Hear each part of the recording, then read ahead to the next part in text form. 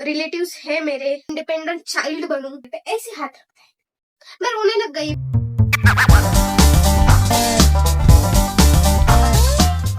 Hello guys, welcome and welcome back to my channel. Ignore, मेरे आवाज को ignore करो और मेरे इस थोबड़े को भी, क्योंकि मैं बीमार हूँ। पर मुझे चुल मची है वीडियो निकालने की, क्योंकि मेरे पास सिर्फ और सिर्फ आज का दिन है कि मैं आज वीडियो शूट कर सकूं, क्योंकि कल से मुझे फिर से जॉब को जाना है। जॉब करते करते भी मैं कंटेंट क्रिएशन कर सकती हूँ, पर 12 घंटे जॉब करने के बाद किसकी हालत रहती है काम करने की। इवन मुझे घर पे आके खाना खाने का भी जान पे आता है। हाँ, ठीक। सो आज हम रेडी होते होते एक स्टोरी टाइम करने वाले हैं। मजा आने वाला है आप सबको। ये मेरे बस की बात नहीं, सीरियसली। साड़ी सलवार, नो, मेरे से संभले भी नहीं जाता। और सीरियसली मैंने ऐसा पहना है ना उसे कि काम वाली बाई जैसी लग रही हूँ साड़ी पहन के भी, क्योंकि मुझे साड़ी पहनना नहीं आता है। मेरा शादी के बाद कैसा होगा। तो फटाफट वीडियो शुरू करते हैं। 10वीं और 12वीं के बाद हर बच्चे का ये होता है कि कब हम घर वालों से दूर जाके रहते।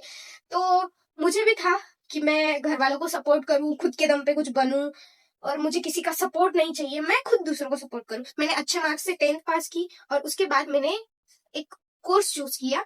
हमारे यहाँ पे एक कोर्स था एएनएम नर्सिंग का, जहाँ पे सिर्फ 2 महीने तुम थियरी करो, उसके बाद तुम प्रैक्टिकल करो 9 महीने और तुम बन जाओगे नर्स। यस। मेरी मॉम एक सिंगल मदर है, तो मैंने सोचा कि भाई मम्मी को थोड़ा सपोर्ट करेंगे, मम्मी को मेरा खर्चा ना उठाना पड़े, मैं एक इंडिपेंडेंट चाइल्ड बनूं, मेरे मम्मी के लिए मैं मेरे घर का बेटा बनूं। सो उसी चक्कर में मैंने वो डिसीजन लिया कि मैं नर्सिंग करूंगी 1 साल, उसके बाद मैं जॉब करूंगी, जॉब करते करते मैं और आगे पढ़ाई करूंगी, क्योंकि मुझे बनना था IAS।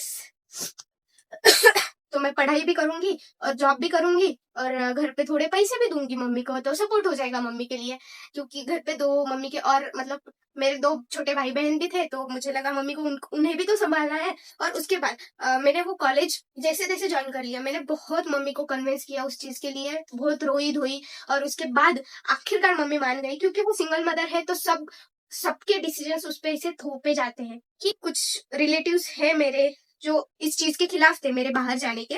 तो उस टाइम पे मम्मी ने सबके खिलाफ जाके मुझे बाहर भेजा पढ़ने के लिए। ज्यादा दूर नहीं था, वो पास में ही था। कन्नड़ तो क्या आधा घंटा जाने आने में लगता है, बस इतना ही दूर था। फिर भी सब खिलाफ थे, पर मम्मी ने भेजा।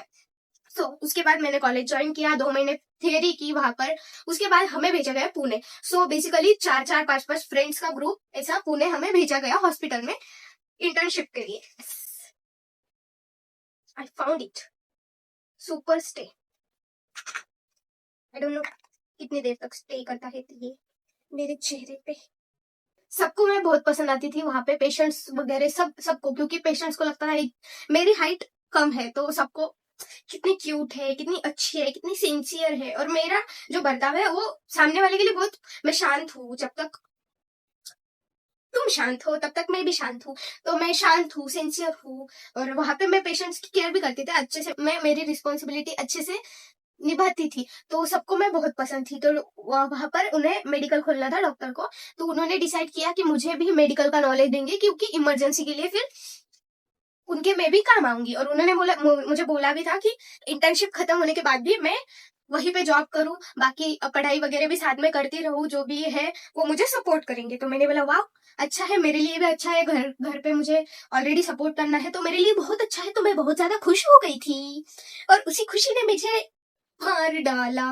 मैं सच में कुछ नया सीखने के लिए बहुत ज्यादा एक्साइटेड रहती हूँ हर बार, क्योंकि मुझे पसंद है नई नई चीजें सीखना। और मेरा हमेशा से यही रहा है कि मतलब एक चीज पे कभी फोकस हूं नहीं मैं, मेरी 10 चीजें हैं।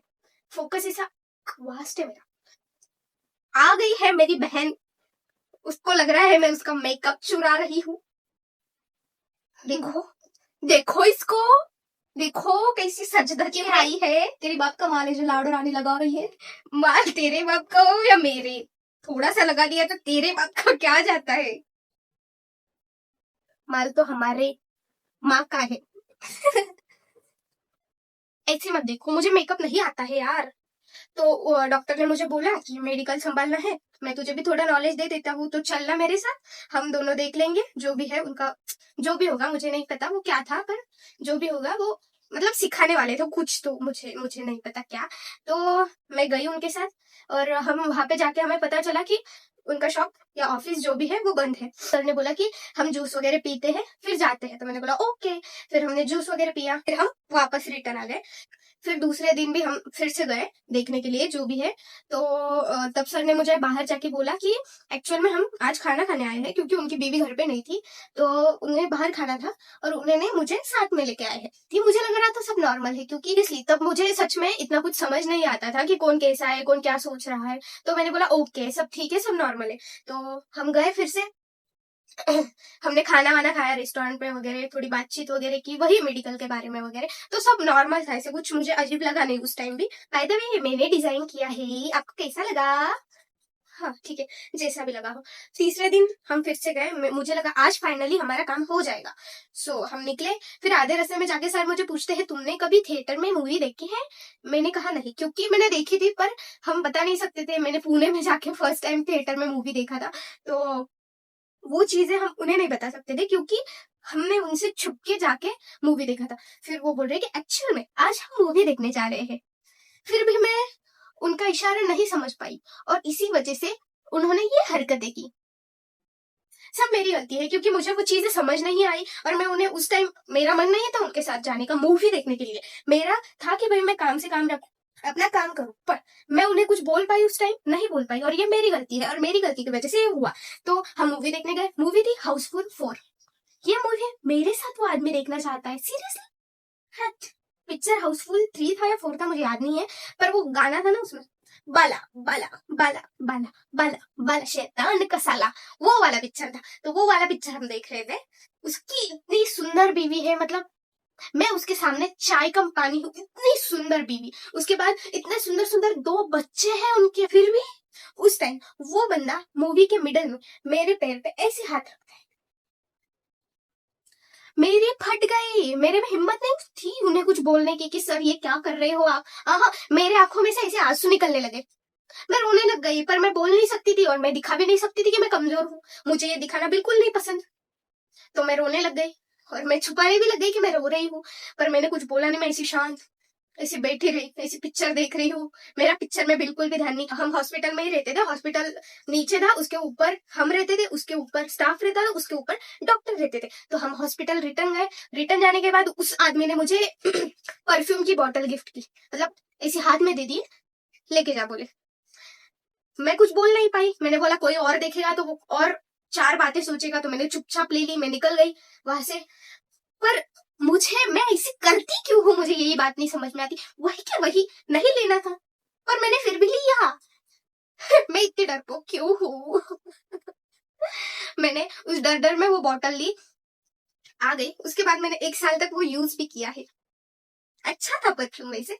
तो वो परफ्यूम मैंने लिया, मैं ऊपर गई। ऊपर जाके मैंने पहले कंबल ओढ़ा, फूट फूट कर रोई। पहले सोच रही थी मेरे साथ क्यों हुआ ऐसा, ऐसा मेरे साथ ही क्यों होता है, मैं ही क्यों ऐसी वैसी वैसी, भगवान को कोसने लगी बहुत।